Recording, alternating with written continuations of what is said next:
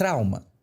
Já teve? Já ouviu falar? Parece que todo mundo tem aquela questão assim, sou traumatizado com alguma coisa. Mas você sabia que existe uma diferença grande entre um trauma, que a gente sempre escuta, e também sobre um trauma específico que muitas vezes nos congela na nossa vida? E é isso que nós vamos falar aqui hoje no Surtadamente com uma convidada muito especial. Ela vem de muito longe, é uma psiquiatra de renome mundial, a mais linda de todas as galáxias, de top de todos os mundos todos, juntos de todos os multiversos, doutora Flávia Sano! Só isso, Paulo? É porque eu tô meio cansado hoje pra ficar falando de você. Pois é, você falou tão pouco, tão mal de mim que eu vou ficar traumatizada. É porque eu tô muito interessado com o tema de hoje que você vai... É brincadeira, eu vou falar de um tema sério, que é uma patologia dentro da psiquiatria e da psicologia que chama transtorno do estresse pós-traumático. E ele é congelante mesmo, né, Flávia? E ele é congelante e ele gera muito sofrimento. Isso que eu acabei de falar aqui, nessa maravilhosa introdução. O trauma, que a gente sempre fala, às vezes a pessoa fala, eu sou muito traumática, eu vivi alguma coisa na minha infância, que às vezes eu nem sei o que é porque eu sou desse jeito, sei lá, meu pai... Eu devo ser traumatizada. assim, devo ser traumatizada. É diferente quando a gente fala de um estresse, de um transtorno de estresse pós-traumático? Ou é a mesma coisa, Flávia? Não, é diferente, né? Porque assim, quando a gente fala eu sou traumatizada. E aí fala assim, sou traumatizada nos relacionamentos.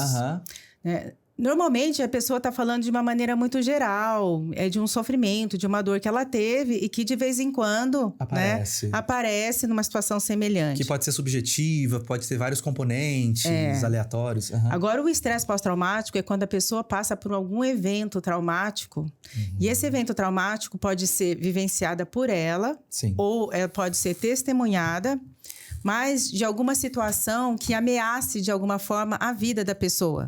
Né? Ou ameace a segurança física dela e até as questões psicológicas. Então, por exemplo, Paulo, um evento traumático mesmo, seria uma pessoa que passa por um assalto à mão armada, uma pessoa que... passa, por exemplo, o pessoal lá no Rio Grande do Sul. Uma catástrofe natural. Sim, um acidente, né? Um acidente grave, uma pessoa que recebe um diagnóstico, né? Que possivelmente pode levar à morte, né? Um diagnóstico de um câncer. Uma pessoa que recebe a informação de que um ente querido acabou de falecer. Sim. Né? Uma traição, um término também, ele pode se tornar traumático desta forma? Não, quando a gente fala de evento traumático, a gente fala alguma coisa que a pessoa tem mais um risco, a própria segurança na questão de vida. Entendi. Mas ela sofreu uma violência dentro de um relacionamento, pode gerar um estresse pós-traumático. Então, isso mudou. Bem interessante que você falou. Gostou da pergunta, Flávia? Gostei. Obrigado. Porque hoje também pode ser considerado estresse pós-traumático um trauma relacionado a assédio moral constante. Então, uma pessoa num relacionamento que ela é o tempo todo, né, psicologicamente agredida, abusada, né, psicologicamente, emocionalmente, isso também pode vir a acarretar um estresse pós-traumático. Agora, uma pessoa pode ser violentada pelo parceiro, pode ser agredida fisicamente, ela pode ser abusada sexualmente. Então, existem vários contextos aí num relacionamento que pode entrar como um trauma, né, também. Além Agora, o término em si... Não sei, Paulo. Será que o término em si seria algo que a gente poderia considerar como um evento traumático? Eu acho que depende. Eu acho que não. Eu acho que o término em si, acho que ele é um ciclo da vida. É um ciclo da vida, é um sofrimento que Mas acho que talvez pessoas... dependa muito de como esse término aconteça, né? Acho que, assim, o fator, igual, por exemplo, de violência... sim, pode ser agressão, uma forma muito traumática mesmo, né? ou um relacionamento que foi muito abusivo e repetitivamente. Exato. Mas... Flávia, mas assim... o que pode acontecer num término, que é muito comum, é uma situação de luto, né? Que é um sofrimento, mas a gente considera... E que tem um trabalho específico, mais né? como um luto prolongado ali, um sofrimento relacionado a isso, do que o trauma, esse estresse pós-traumático. Deixa eu te fazer uma pergunta que veio aqui na minha cabecinha agora, que foi uma informação que eu lembro. Você falou da tragédia do Rio Grande do Sul. Eu lembro que uma das orientações, principalmente para os psicólogos que iam lá, era do acolhimento às pessoas e não de ficar investigando e perguntando o que aconteceu naquele momento. Para que ele ficasse falando sobre a cena. Isso, o que porque, trazendo assim, memória viva do trauma naquele primeiro momento. Porque a maioria dos psicólogos, quando alguém chega no consultório, fala a maioria, não todos, pacientes, né? Geralmente a pessoa já vem com aquela coisa, aquela dor, já vem meio que trabalhando ou sofrendo com aquilo e traz, né?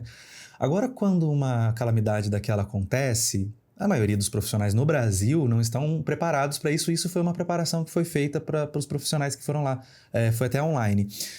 Por que não podia ficar falando, assim, perguntando para as pessoas, assim, aquela curiosidade? O que acontece no cérebro da pessoa? Porque, assim, num primeiro momento, no primeiro mês, que a gente chama de transtorno agudo do estresse. Uhum. Então, a pessoa...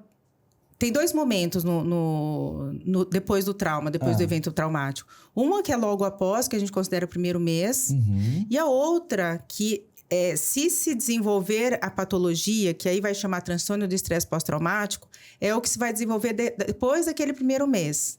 Então, o que se tem é que nesse primeiro mês, depois do evento traumático, a pessoa pode se recuperar desse trauma. Então, não desenvolver o transtorno de estresse pós-traumático. Então, nesse primeiro momento, tem alguns cuidados, né? Por exemplo, de não ficar reavivando a memória dele do trauma. Perfeito. Isso vai ser importante no estresse pós-traumático, depois no tratamento. Que a gente vai falar que é importante toda essa exposição para fazer essa dessensibilização. Mas nesse primeiro momento, não. Então, não é todo mundo, por exemplo, que sofre um estresse. Então, lá, pegando um evento lá que eu dei o exemplo, não é todo mundo que sofre que vai ter um transtorno de estresse pós-traumático. Nem todo mundo vai ter o transtorno agudo do estresse, nem todo mundo vai sofrer nesse primeiro mês, e nem todo mundo vai se desenvolver o transtorno depois desse primeiro mês. Interessante. Na verdade, a estatística mostra que 90%, tem um estudo brasileiro, acho que de 2013... bem grande até, que mostram assim que cerca de 90% da população brasileira já passou por algum evento traumático. Então, principalmente porque o Brasil tem muito assalto, tem muita violência urbana. Exato. Então, assim, quase 90% das pessoas já sofreu algum evento, né? Mas quem vai desenvolver transtorno do estresse pós-traumático, mais ou menos entre 8% a 10%. Mas é bastante. E aquela questão da pessoa não poder usar ou não é aconselhado usar um benzodiazepínico? A recomendação é essa mesmo ou não? Então, né, nesse primeiro momento, desse primeiro mês, também, né? Os estudos mostram... São os calmantes, né? Assim, os estudos mostram que é muito importante evitar os calmantes, os benzodiazepínicos, que são os tarjas pretas, né? O diazepam, clonazepam, porque é o momento em que o cérebro da pessoa precisa ter esse espaço de reação. Então, ela precisa reagir. E aí, quando você dá um calmante, você está bloqueando essa capacidade de reação. Né? De reação. Então, e é muito comum, por exemplo, eu tenho uma paciente que aconteceu recentemente dela ter perdido um filho por afogamento. E aí os vizinhos, não sei quem foi vizinho, se foi amiga, mas assim, ela demorou 20 dias para passar em consulta comigo, acabou passando depois de 20 dias, mas nesses 20 dias ela ficou tomando calmante da vizinha, sei lá, da amiga, não lembro de quem. Entendeu? Então, assim, é bom as pessoas saberem disso. Que nesse primeiro momento, depois que uma pessoa sofre um trauma assim, que é intuitivo. Deixa eu dar um calmante para ela acalmar, para ela dormir. Mas não, você está talvez bloqueando a capacidade dela de reação e facilitando a possibilidade dela evoluir para esse transtorno de estresse pós-traumático. Tem a ver com os calmantes, né, os benzodiazepínicos, eles interferirem na recuperação, na consolidação das memórias a longo prazo também? Então, exatamente. Sim.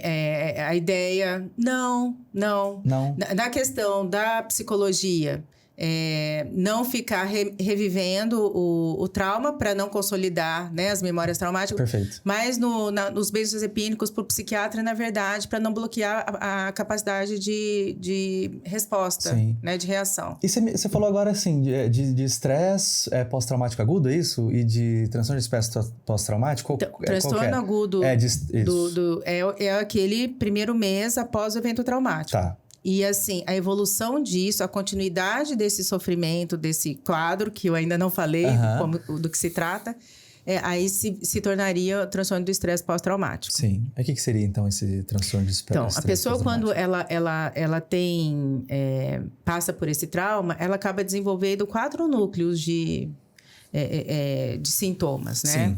O que a gente chama de hiperativação ou hiperexcitação, que a pessoa fica com o tempo todo sob alerta, em sobressalto, sempre achando que aquele trauma pode acontecer a qualquer momento. Sim. Muito ansioso e relembrando o tempo todo do momento do trauma. E o cérebro vai acreditando que aquilo pode acontecer a qualquer momento. Não é que ele está acreditando, ele sabe que aconteceu, mas ele parece que a pessoa sente como se tivesse o tempo todo acontecendo ao mesmo tempo. Por isso que ela evita passar em lugares que lembram o que aconteceu, algo. Então, isso aí é o outro núcleo, que é o núcleo da evitação. Que a pessoa, às vezes, ela pode ficar isolada socialmente, evitar pessoas que se relacionam ao trauma, evitar lugares, evitar a situação. Então, ela acaba tendo esse comportamento também. Sim. Tá? Mas, assim, a da excitação que eu falei para você, é uma pessoa que fica hipervigilante e é um dos mais marcantes, assim, é que a pessoa fica tendo pesadelos, começa a ter pensamentos intrusivos da cena que ela viveu traumática. Sim. E ela está em qualquer situação, é a situação gatilho para ela relembrar aquilo e estar vivendo aquilo. Tem as questões cognitivas também. Então, às vezes, a pessoa pode ficar muito mais dispersa, muito mais desligada. Ela fica com os pensamentos extremamente negativos para tudo. Ela passa a não acreditar mais em nada. Desde a questão cognitiva de memória e concentração, até da forma como ela começa a pensar sobre tudo. Sim. A ressignificar tudo, sabe? Sim. E também essa questão do tempo todo ela tá sendo invadida por pensamentos, né, do trauma. Sim. É aquela história que a gente sempre escuta. A pessoa que sai, principalmente depois da Segunda Guerra Mundial, que o ex-combatentes, quando ouvia um avião, ele já corria para debaixo da mesa com medo de um bombardeio. Sim. É como se a pessoa... a intensidade emocional é muito grande. O cérebro dessa pessoa, nas regiões mais emocionais, elas estão extremamente hiperativadas, E entendeu? como que é o circuito cerebral, assim? O que mexe no cérebro? Tem alguma parte específica do cérebro que... Então, deixa eu falar do 4º núcleo dos sintomas. Perdão, é porque aqui 2 mais 2 é 4, vezes 5, 2, 10, falta 1 mesmo. É isso. Então, aí assim, a outra parte também é a questão realmente do humor. É uma pessoa que fica triste, Sim. chora o tempo todo, fica desanimada com a vida... não sente mais prazer em nada. Mas o TEP, então, ele pode levar a uma depressão?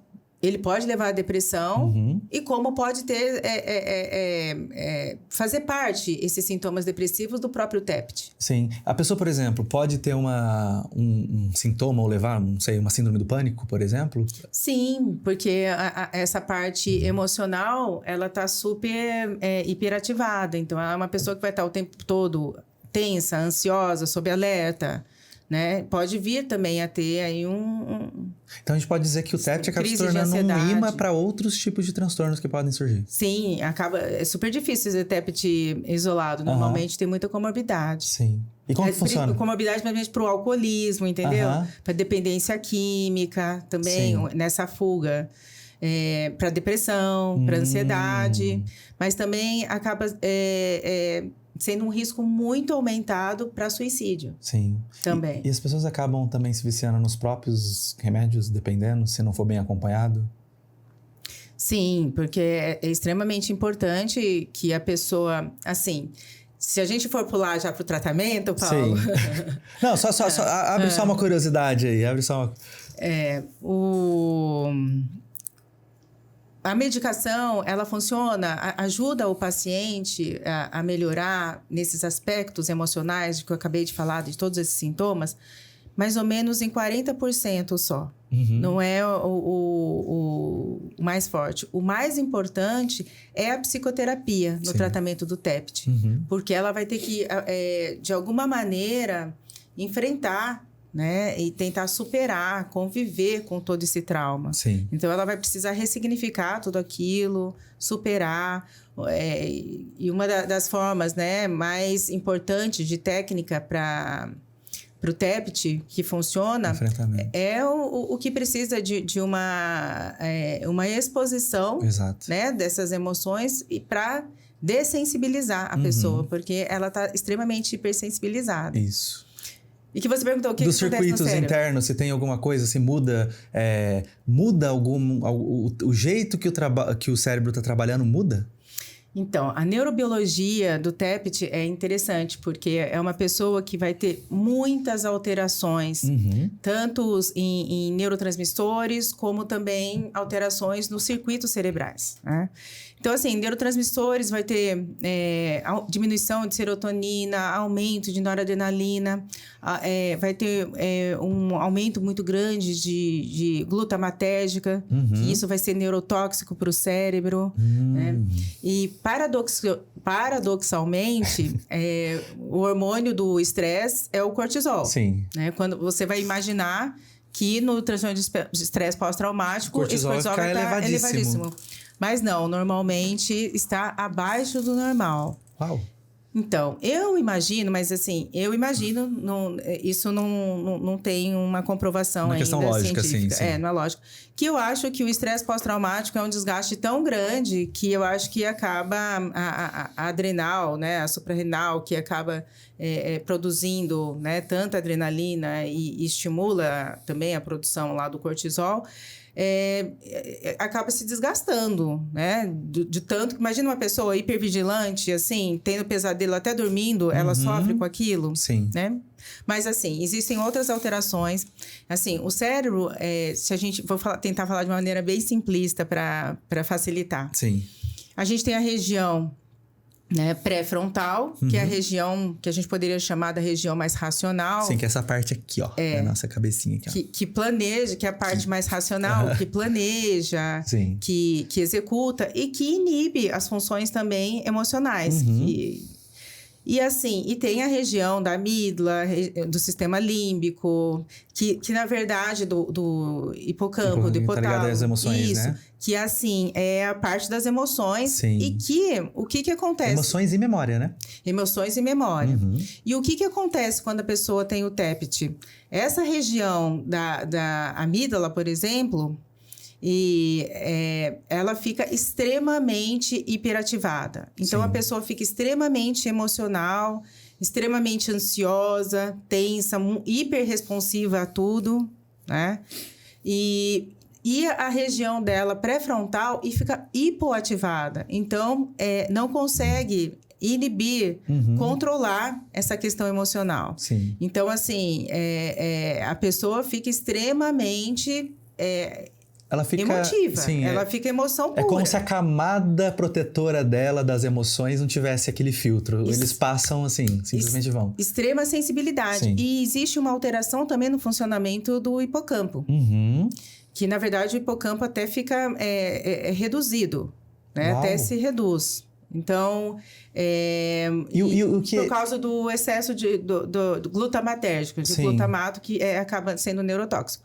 E aí, o que acontece? Por isso que, às vezes, as pessoas têm essa dificuldade em relação à memória, né? Em processar melhor a memória, de entender que aquilo aconteceu no passado e essa memória fica voltando. Então, assim, todas essas disfunções acabam ocorrendo em quem tem o TEPT. Porque o hipocampo, ele é responsável também pela parte de armazenamento de memórias a longo prazo, né? Sim. E por isso que fica tendo esse processo de não conseguir entender que tá ali. Aquela memória volta o tempo todo. Volta como se ela estivesse presente, não lá atrás, né? E ativa essa emoção que a pessoa está extremamente sensibilizada, né? Ela está por emoção. Então, assim, e a medicação ajuda a regular? Ajuda a regular, a diminuir um pouquinho essa hiperativação emocional. Mas o que vai mesmo ajudar é esse reprocessamento todo, né? Da memória, das emoções, né? De como de dessensibilizar ela em tudo isso. Sim. E é muito interessante falar, porque realmente, uma das técnicas que eu trabalho é dentro da TFE e a gente, vários estudos mostram... O que é TFE? Terapia focada nas emoções. E dentro das vivências, das técnicas, vários estudos mostram quanto a área do hipocampo são ativadas durante as técnicas e vivências.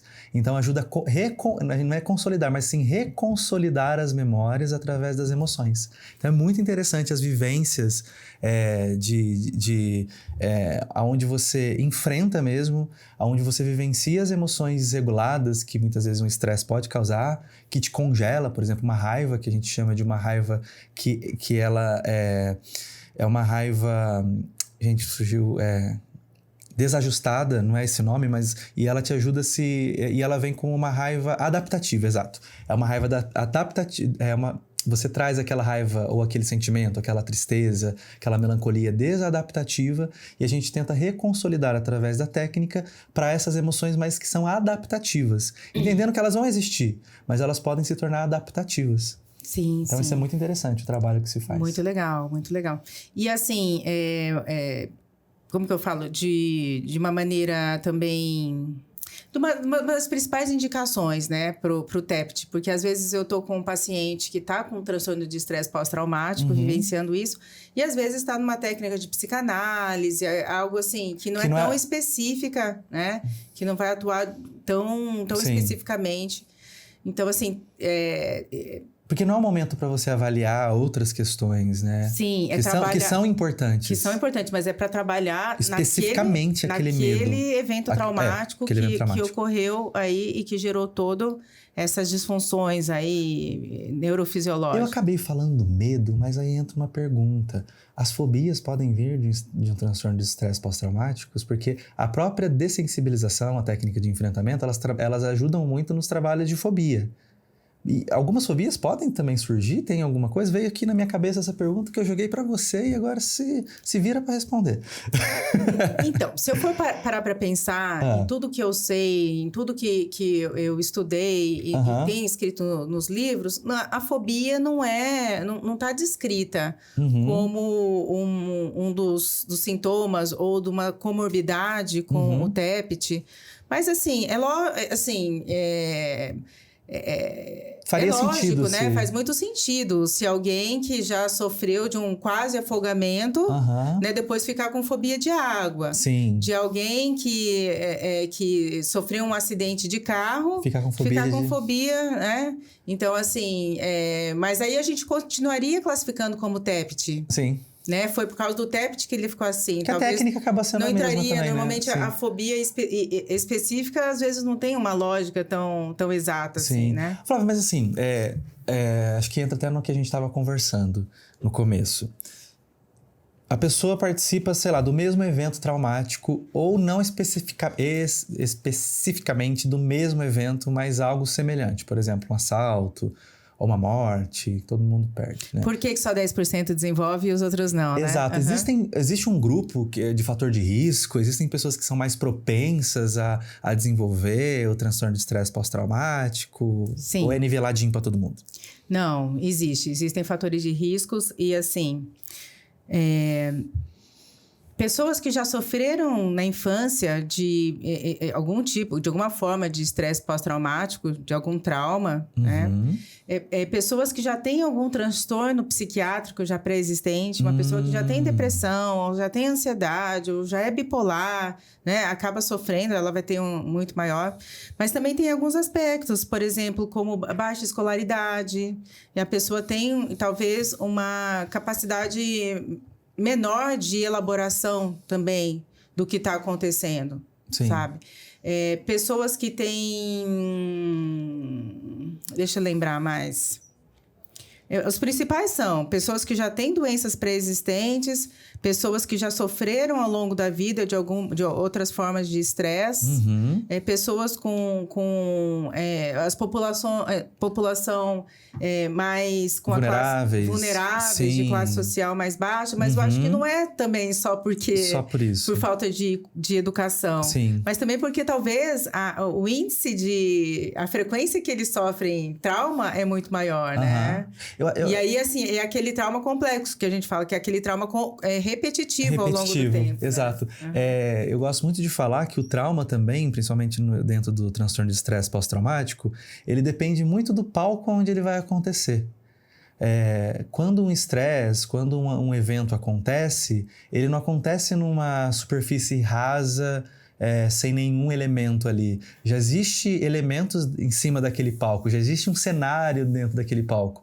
E vai ser dolorido para qualquer pessoa, mas acho não, né? A gente percebe muito nos atendimentos que depende muito também da história, como você falou, do lugar onde a pessoa cresceu, se ela cresceu de forma vulnerável, se ela tem uma rede de apoio, se ela tem uma família que é uma família... Então, assim, já existe um cenário ali por trás. Então, se há um cenário, digamos assim, um cenário um pouco tenebroso... Então chega, né, um tenebroso que eu digo assim, de uma história triste, de uma pessoa que já tem aí predisposições, que não cresceu às vezes numa família que vai conseguir dar aquele apoio e que vai ter uma rede de apoio por trás também. Então você imagina esse elemento, quanto que ele vai contribuir para aquele cenário, para aquele palco ali. Então agora você já tem um outro cenário... E a questão da resiliência também de Exato. cada pessoa, né? Que é a capacidade que ela tem, assim, de enfrentar uma situação, né, difícil, né? Uhum. A própria capacidade dela. Mas, assim, o tipo de trauma também, né, Paulo? Por exemplo, a gente sabe que é muito maior o índice de transtorno de estresse pós-traumático em familiares ou cônjuges, assim, de quem cometeu suicídio. Muito.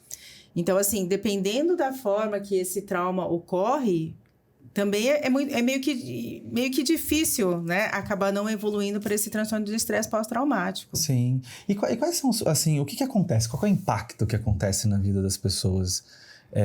Assim, a gente vê que realmente é algo profundo, cada pessoa vai viver isso de um jeito, mas, assim, na prática, quais são as consequências para essa pessoa?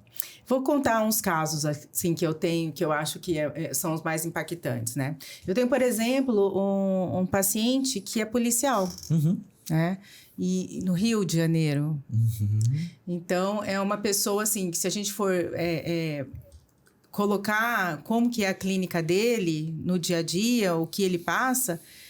É uma pessoa que o tempo todo está morrendo de medo da possibilidade dele ter que voltar para o Rio de Janeiro. É uma pessoa que o tempo todo fica lembrando de situações que foram os eventos traumáticos repetitivos dele.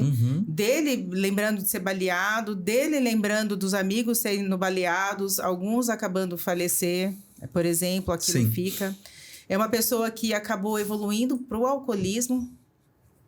Então, ele é tão difícil dele lidar com essa situação, dele enfrentar, que, assim, ele agora está muito melhor. Mas quando ele chegou, por causa do estresse pós-traumático, ele estava numa dependência de álcool, assim, num comportamento extremamente compulsivo, Sim. né?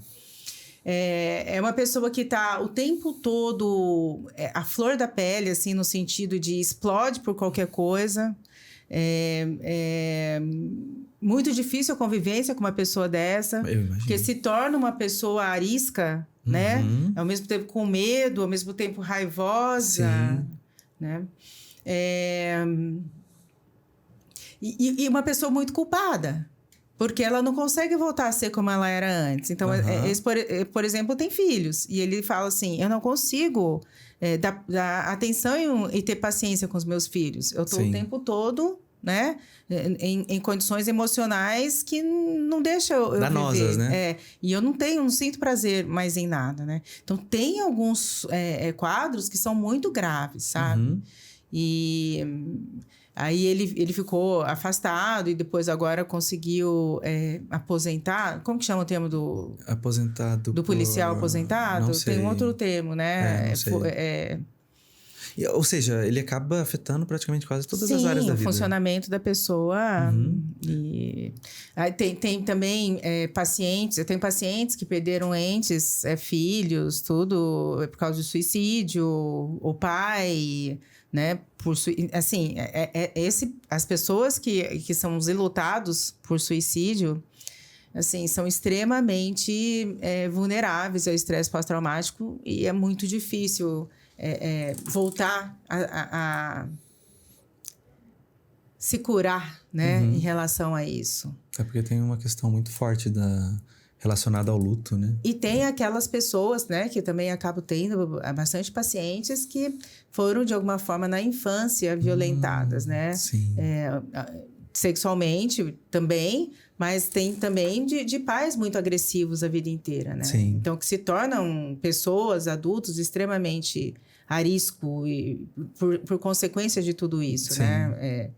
Emocionalmente desestruturado. E como que é, Flávia, assim, o tratamento pro transtorno transtorno do estresse agudo e a diferença do tratamento pro transtorno do estresse pós-traumático? Existe diferença? É tudo do mesmo jeito? Então, o agudo, tanto que a gente estava falando, né? O lado psicológico quanto o psiquiátrico, é mais um momento de apoio. Sim, de empatia, acolhimento. E medicamentosamente também. Tá com insônia, passa alguma medicação para ele dormir. Desde que não seja o benzodiazepínico que eu falei. Né? Tá tendo crise de ansiedade, começa um tratamento para transtorno de ansiedade.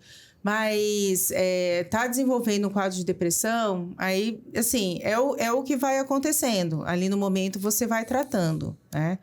Aí, depois do primeiro mês, você vai avaliar se aquilo se tornou, se está progredindo para o que a gente chama de transtorno de estresse pós-traumático. O que seria progredindo? Não está melhorando. Ele continua com todo aquele sofrimento, com todas aquelas revivências, com aquelas memórias, sofrendo, né? Da mesma forma. Então, ela foi. Aí, o que tem, assim, de primeira escolha são os inibidores de recaptação de serotonina, que são aqueles antidepressivos. Isso já... Fluoxetina, sertralina, paroxetina. Isso pro estresse pós-traumático. Estresse pós-traumático. Tá.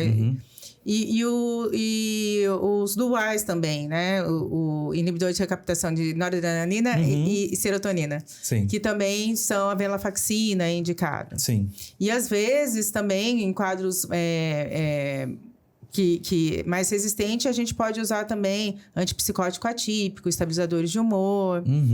Mas é um quadro bastante complexo. Sim. E que precisa realmente, o tratamento não tem como a gente achar que vai tratar um transtorno de estresse pós-traumático se eles não estiver fazendo um tratamento psicológico também. Que com os tratamentos que a gente falou. Sim. Sim, principalmente dessensibilização. Sim. E Paulo, você tem bastante paciente que vive de transtorno de estresse pós-traumático, assim?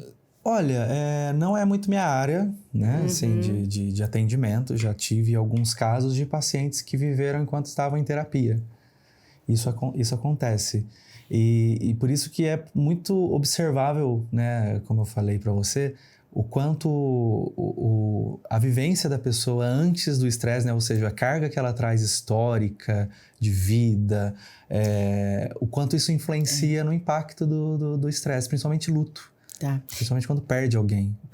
Mas, assim, sabe um dos quadros, assim, que eu não tinha observado dessa forma, no olhar do viés de estresse pós-traumático? Qual? Mas que ocorre também, e hoje, assim, é considerado uma possibilidade, assédio moral no trabalho. Verdade. Sim. Então, assim, eu tive uma paciente, por exemplo, que ela sofreu por bastante tempo assédio moral e aquilo só vinha crescendo, né? Porque a pessoa acaba aceitando, né, as primeiras condições, ou às vezes ela realmente não tem muita forma de se proteger ali. E, assim, o quadro dela, né, depois da última situação que ela passou e que aí ela saiu, né, em pânico do ambiente de trabalho e que ela realmente procurou tratamento, assim, o quadro é o de estresse pós-traumático total. Da pessoa ficar revivendo os momentos lá do assédio moral, de ficar o tempo todo acreditando que todas as pessoas vão poder fazer isso com ela, Sim. de ficar hipervigilante, de ficar hipersensível, de não conseguir ser racional mais em relação a tudo aquilo que sente. Então, assim, às vezes a gente pensa nos traumas mais físicos, né? Mas esses traumas psicológicos, eles também podem ser impactar tão forte quanto os traumas físicos, mas né? as dores Mas normalmente quando são repetitivos, e essas dores são tão terríveis quanto uma dor física. Sim, é assim, a pessoa, ela parece que não consegue voltar a ser ela mesma de novo. Exato, né? porque ela pode fugir para onde for, qualquer lugar do mundo, aquela dor ela acompanha. Aquela memória está com ela, Aquela memória está viva. Por isso que é tão importante o autoconhecimento, a psicoterapia, o se cuidar até como uma forma de prevenção. Não de prevenção de algo que pode acontecer, porque a gente não tem controle sobre os acontecimentos que podem gerar um estresse agudo ou um transtorno de estresse pós-traumático, né? Os eventos em si. Mas a gente pode trabalhar esse lugar que somos nós aonde vão sofrer, né, Flávia? Assim, no sentido, volto a falar, não da gente controlar o que pode ou não acontecer, mas quando a gente se conhece, quando a gente conhece da nossa história, a gente vai criando essa resiliência. Isso. E vai nos fortalecendo. Quanto mais a gente consegue, é igual uma academia. A gente viu, né, principalmente aí na pandemia, pessoas que às vezes tinham uma saúde... tudo bem que tiveram casos e casos, né? Mas pessoas que tiveram uma saúde, que tinham mais condições físicas, estavam mais, entre aspas, né, bem preparadas, enfim, elas tinham uma tendência maior a sobreviver, principalmente quando era entubada, enfim. Eu acho que quando é para nossa saúde mental, é da mesma coisa. Quanto mais a gente exercita e fortalece as nossas conexões, os nossos vínculos com as pessoas, que é muito importante.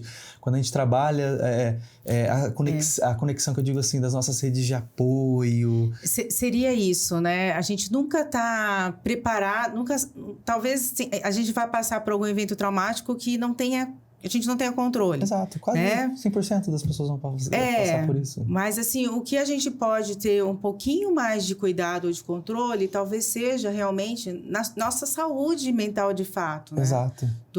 Isso que você está falando, né? Do quanto que estamos com uma mente preparada ou boa para ter uma boa... Readaptação ou adaptação, né? Readaptação, uma boa resposta, né? Uma boa reação em relação aos impactos que podem vir na nossa vida. Exato, porque o sofrimento e o trauma, ele faz parte, né, Flávia? Não tem como, foge totalmente do nosso controle. Então, infelizmente, muitas coisas são inerentes. A gente tem, obviamente, coisas que são sociais, igual a violência, enfim... Mas é o que você falou, o que está sob meu controle? E o que ajuda nessa questão de você trazer saúde mental para a pessoa, né? Autoconhecimento, exato. Né? Isso é uma psicoterapia extremamente importante. Se tem algum transtorno mental que esteja bem tratada, para a pessoa estar, né, equilibrada naquilo, então que não esteja adoecido mentalmente, fazer atividade física, ter uma boa alimentação, né? Ter hobbies, ser uma pessoa que traz prazer para a vida, né?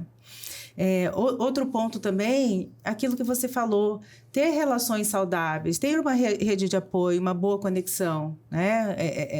Conexões afetivas importantes na vida. Que vão te ajudar a se segurar, a te levantar quando for preciso. Quando for preciso. Então, assim, uma boa qualidade de sono, né? Evitar condições tóxicas para o corpo e para a mente, como bebidas alcoólicas, uso de entorpecentes. Que só vão entorpecer e esconder, né, as nossas feridas, as nossas dores. Exatamente. E aquilo que a gente falou, né? Alguns traumas, alguns eventos traumáticos a gente não tem mesmo condições de bloquear da vida, controle. As pessoas acabam sofrendo mesmo, tendo uma dor assim terrível que muitas vezes a gente nem consegue, né, mensurar, ou é impossível a gente se colocar totalmente no lugar dessa pessoa. Exato. Mas a gente tem que lembrar que o tempo, o tratamento, esses cuidados, isso vão ajudando ao longo do tempo. Não né? sofra sozinho, a pessoa né? não sofra sozinho. Ela pode procurar, né, formas de apoio, de ajuda. Muitas vezes, quem sabe, realmente ela consiga, de fato, superar né? Mas quem não consiga, de fato, superar, consiga ter uma qualidade de vida melhor, um bom estilo de vida. Exato. É como a gente trabalha, que eu gosto muito de trabalhar no consultório. A gente precisa acolher a dor e saber que a dor está ali. Mas por que também a gente não pode agregar outras questões, outras emoções que vão nos fortalecer diante daquela dor? Entender que dói pra caramba. Não tem como a gente chegar pra pessoa e falar, isso vai passar, isso daí não faz efeito, né? Isso vai passar, isso não é nada, tudo passa na vida. Gente, isso não cura dor de ninguém. Mas a gente entender que dói realmente, saber que aquilo é uma dor e cada dor é vivenciada de forma diferente por cada um. E saber que a empatia pelo outro, a empatia não é só, que dó da pessoa. Ninguém gosta que sinta-se dó de si, né? Mas a questão de estar ali do lado, acolhendo. É igual aquele vídeo que uma vez a gente falou aqui mesmo, lá do Divertidamente, de quando a tristeza estava lá chorando, a alegria vinha, tentava animar ela, tentava ser uma coach motivacional. E a alegria não, o elefantinho, né? Tava ali chorando. E quando a tristeza foi, sentou do lado e falou, dói muito, né? Eu te entendo. E ali o elefantinho levantou e foi embora. E continuou a jornada, né? Então, às vezes a gente precisa desse acolhimento. Às vezes um pouquinho melancólico, mas não é tão melancólico. Sim. E assim, às vezes por mais que seja difícil, tentar realmente ser, né? Buscar aí alguma forma de positividade, de otimismo, né? Porque são situações difíceis, mas que aconteceu, não tem como apagar. Exato, né? Não dá, são cicatrizes da alma.